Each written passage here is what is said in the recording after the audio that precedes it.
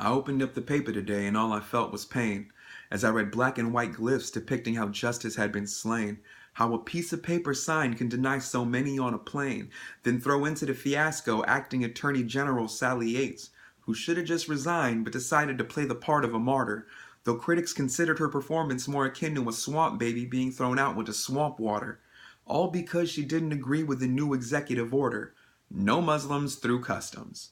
Well, at least that's the shorthand. In breath, it's a 3-month refugee immigration ban on the countries Somalia, Iraq, and Iran, Yemen, Libya, Syria, and Sudan. And I mean, damn. Imagine saving money, requesting visas, and making a plan to relocate with every member of your fam. How full your heart is with expectation as soon as the plane lands and you're deboard, just to have your heart broken by a customs agent with a clipboard telling you to scram. Man. Or imagine that you're 5.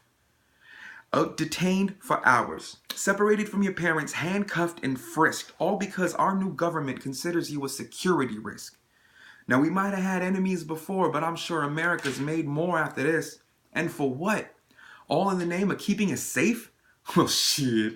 If that were really the case, then you'd find a better way to vet police officers and court officials to not see race. Yo, real talk, if it was a bit more than I could take, so I had to turn the page. I opened up the paper and all I felt was hurt.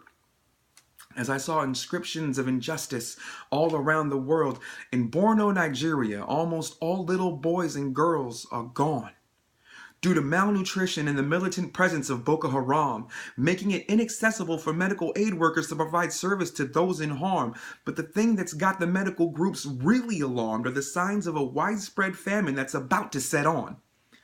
I mean, just imagine.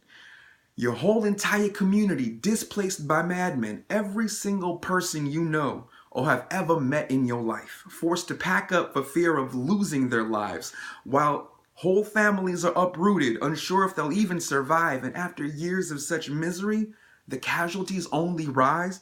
As the result of all this insurrection is the disappearance of innocent life, practically every single child under 5. And if that already didn't hurt, reports of a possible famine will only make things worse.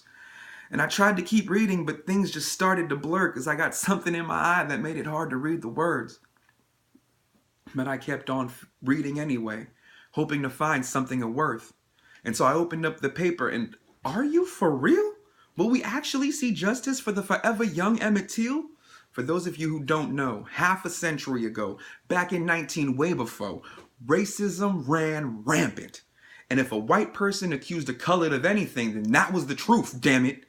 So when a white woman went and accused young Emmett of making advances toward her even though he didn't, poor Emmett was then murdered by 2 white men who, in a court of law, were accused of lynching, only to have all the white male jury find them acquitted, and then, because of double jeopardy, a year later actually admitted that they did it.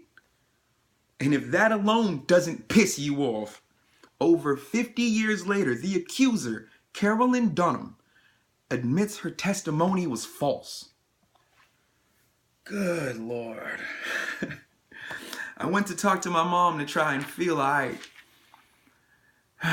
And she told me, God has a plan. Trust. Just try to understand and chill. And she was right. God does have a plan. And if I want to be a part of it, I need to stand up, not stand still. This is why I march. That's why I move my feet. Because this is the home of the brave and the land of the free.